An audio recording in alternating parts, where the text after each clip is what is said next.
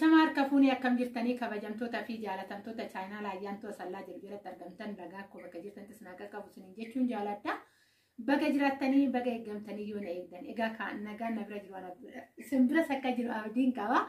Isiniin jecha har'a yaada keessa yaada koomentii waa'ee meeshaalee wayimmoo meeshaalee haaraa wayii meeshaa lama qabadheen kana keessan dhufee tura. Video kana like share gochuun dagatina warroonni chaayinaa laayyaantoo sallaatiif haarawaa taatan garatan immoo subscribe godhuun maatii keenya taachuun gamanuma naffeerraa kooti warroonni nafana turtii gootan hedduu tokko galatoomaa isiniin jedha. Akkasumas immoo warroota gaafii keessattuyyuu inni sun gaafii sun maal inni waa'ee biqiltuutiin wal qabatee waa'ee meeshaalee eengadda feesiseetiin wal qabatee isiniifan deebisa. Please video gadhumaa dhaggeeffadha. Amma fakkeenyaaf gaafa dura dimshaasha walumaa galatti 143 fixee meeshaaleen kun kan jedhuni video irratti hojjette. Gaafa sanii maal jettanii tokkoon isaanuu ibsi naan jettanii turtan. Gaafa feesisaa gaafa meeshaa san feesisu tokkoon meeshaalee san maqaa isaa dha'ee gatii isaa dubbadheen jira. Garuu inni maal inni namni kun biffee bichaa maqaa dhoofte warri jettan jirtu hunduma isaatuyyuu chaayinaadha san haga dhumaa namni dhaggeeffate gatii isaan bari'in baraayideen abdii qaba jechuudha. Yeroo baay'ee maal inni yaa ta'u hundallee isinitti ilaalu maaliifan isinitti ilaalle irifoonii godhannee baay'inaan kun meeshaa dhiqnaa kun zayitiin nurratti iyyaa kana nu jala darbuu danda'a. Gaafa achi as deemne immoo koomentii barreessinaa jechuudha. Dhagaa itti dhabuurraa kan ka'e malee beekallee jedhee guutumaan guututti isinitti fudhadhu. Haala jireenyaa nan beeka. Namni tokko viidiyoo daqiiqaa 5 tarii yookaan ciree ofii nyaachuuf yookaan immoo iyyuu laaqana ofii nyaachuuf yookaan immoo galgala kutaa ofii gaafa galu hiriyoota waliin dubbataa laayifii mataa isaa qaba namni tokko kunis nama daangessaa baay'ee isinitti ilaalu yeroo baay'ee hojiisnis achumaan barumsa sargannaa achumaan hojiin keenyas nu jalaa deema rifoonii godhannee hojjechaa sansaniin waca adda addaatiin nu jala darbuu danda'a malee ani guutumaan guututti isaa waa'ee meeshaalee sanii deebitanii yoo dhaggeeffatan hunduma isaatu gatii isaa kan soofaa xarabbeezaa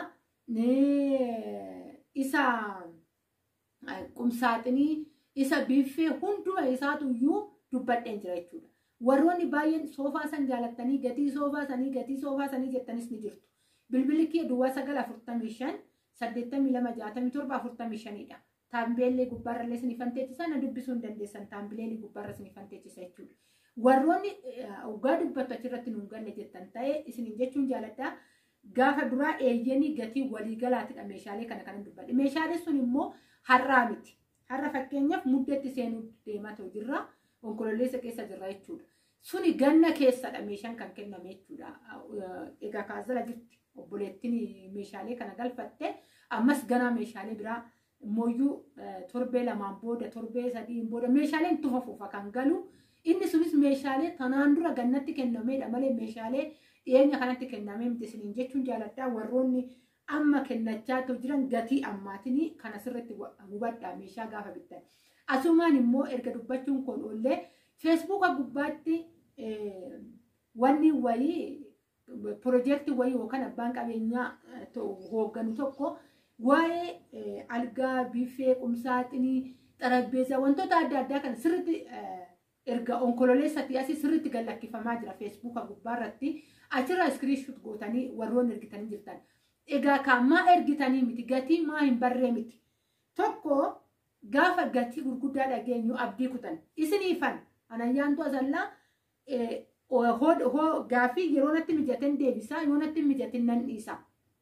Garuu gaafa meeshaalee kana jaalattanii gatii isaa dhageessan hawwaatillee gaafadhaa gaafa dhageessan abdii kutattu. Abdii kutannaan immoo nama ajjeesa. Kanaafuu waan gaafattassan karaa sooshaal miidiyaatirraa osoo luqqisuu baattanii baay'ee gaarii keessattuu miidiyaa sun miidiyaa alaati. Kuni beekamaadha gaafa biyya keessatti deebisamu bocni isaa gama akka ulfaatu gatiin isaatis akkasumatti ol ka'aa deema. Gaafa immoo kan argaa deemtan jireenya keessan xiqqishuutti gammadanii jiraachuu eeggassan tuffachaa deemtu. Abdii kutachaa deemtu namni ilmi namaa immoo abdii kutachuun lafa kana jiraachuun isaatuyyuu baay'eetti ulfaata. Isiniifan malee ani homaa kootii miti yeroo qabutti waan akkanaa kana waggaa ergan itti hibbadhee osoo hin taane baruu barbaadan jedheta yeroo ergadhutti abbicha hojjetutti dabarsee abbicha hojjetu gatii isaanatti hima jechuudha. Garuu kana odoo akkasitti of hiphisuu baattanii baay'ee tokko gaariidha isiniin jecha. Egaa meeshaan irra qabadhee too dhufee maalinni waa'ee maxibashaa fi karaa isaatti hoggaan darbeechuudha maxibashaa biyya keessaa nu fayyada yeroo kamiyyuu mana keenya keessatti akkuma biradistiiwwan nyaatatti hojjennu maxibashaa nu barbaachisa biyya keenya keessatti yeroo baay'ee amma ijoolleen bitattellee maxibashaawwan kan biyya alaa yookaan immoo isa maankaa cilfaa isa laastikii ta'een kan hojjennudha jechuudha amma immoo inni nu fayyada buttaa gaazii irratti hojii feene irratti illee hojjennu buttaa gaazii irratti illee nu fayyada garuu yeroo hunda nuti namni mana keenya hin dhufaa hojii nu bichaa miti warri hojjetu warroonni baay'een itti hojjetu. Egaa kanan isiniin jechuu jaaladha waa'ee maxibashaa kanarratti kanan dubbaddu yeroo kamiyyuu akka daabbootitti illee tolchuu dandeenya dinnicha adda addaatti xabbasuu dandeenya buuphaatti hojjetachuu dandeenya gizee hundaa jechuudha garuu suni kan isa kan biradistii fa'aa wajjin binnu suni yeroo wayiitti ofii keenyaa bichaa yookaan ana fakkeenya mana koo fudhadhe anutti qofti isa san maankaa isa laastikii maankaa osoo hin ta'in cilfaa laastikii bitamee cilfaa laastikiidhaan kan hojjetamudha jechuudha. Maaliif kana ta'uu baannaan ni luqqaa mana arabaa itti hoggaa argitanii jiraattan ta'e ogumarraa bittu asitti waa'ee meeshaalee cilfaa isaa bituu qabda jedhanii sitti fakkeenyaaf inni tokkichi isaa 1,200 fa'aa jechuudha. Inni darajaa qaba. Kan haga 2,000 fa'aatu jira kophaa isaa itti iyyuu jechuudha. Kan inni wanni suni kanaafuu biradistiin amma asirratti suura irratti argitan kuni wanni haga kanaan fakkeenyaaf kiyya kuni 600 bite jiddu galeessa jechuudha.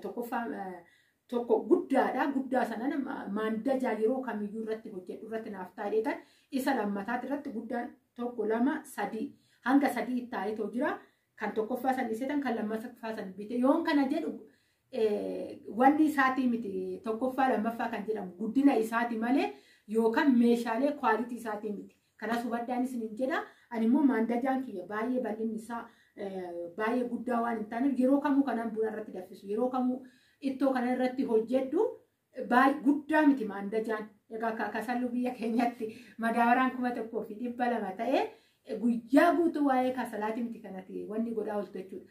Ayyaantu maandajaan istoofiin fayyadamtu naan jechuu dandeessanii maabiraatiin nu biratti paaworii inuma hin qabne amma hin ta'a istoofiin abbaa milijjaa lamaa kiyya jechuudha.